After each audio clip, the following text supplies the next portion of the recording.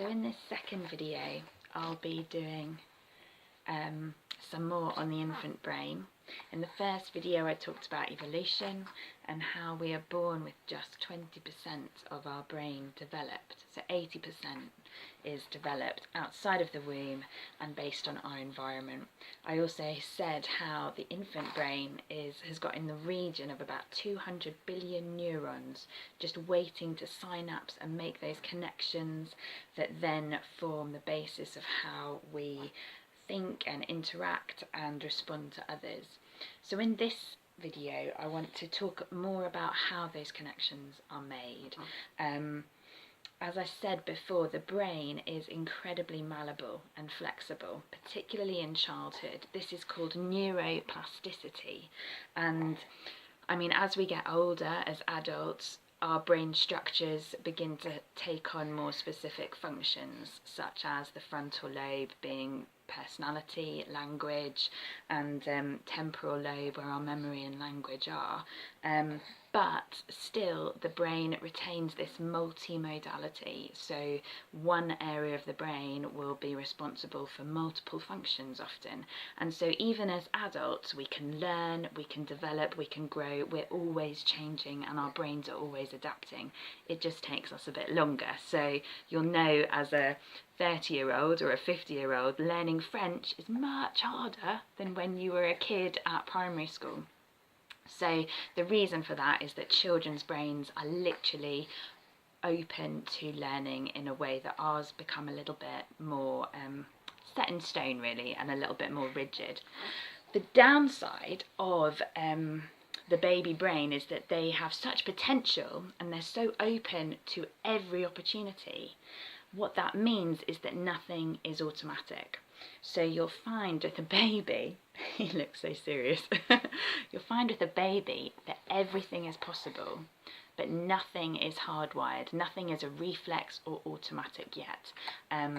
So an example is that a baby is completely attuned, particularly to any social stimuli.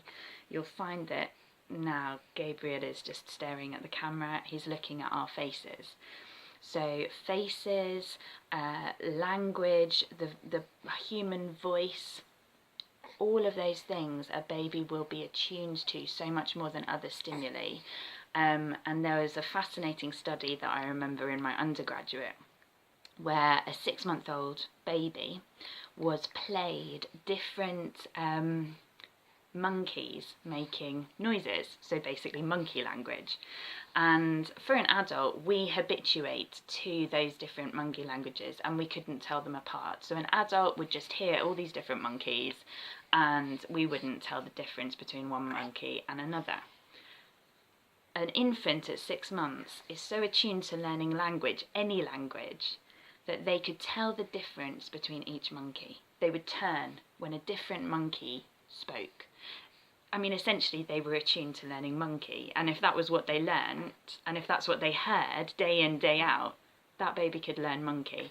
You hear it also with really terrible stories about children that are often called feral children. They're left in neglect, like the Romanian orphans, and many of those, some of those children were surrounded by dogs a lot of the time, and they actually, as 5 or 6-year-olds, could bark like a dog, but weren't able to speak to humans. So basically what this means, the phenomenal power of the infant brain, is that they are that receptive to language, any language, be it monkey or English or French or whatever. But nothing's automatic yet, so it takes time to wire that brain. And you'll also find, I mean, you can just see it with Gabriel now with his hands, everything is clunky, nothing's fluid yet. So when Gabriel tries to suck his fingers, he misses his finger and hits his face. When he tries to reach for something, he's not quite getting it yet. You see it now. And when he's looking at faces, he's still kind of sometimes out of focus. He can't see that far ahead of him as well. He can only see about 30 centimetres towards him. Everything's not quite in focus yet. Now what this means is that he needs to make multiple attempts to have a successful finger in the mouth, as an example. So these multiple attempts all form different connections in the brain. So he'll try one and it will go to his cheek, and that will be a connection. Then he'll try another one and it will hit his forehead, and that's another connection. Then another one, multiple times. Eventually he gets his fingers in his mouth, or eventually he might find my breast for a breastfeed. All of those connections take time, and all of those connections are formed in the brain.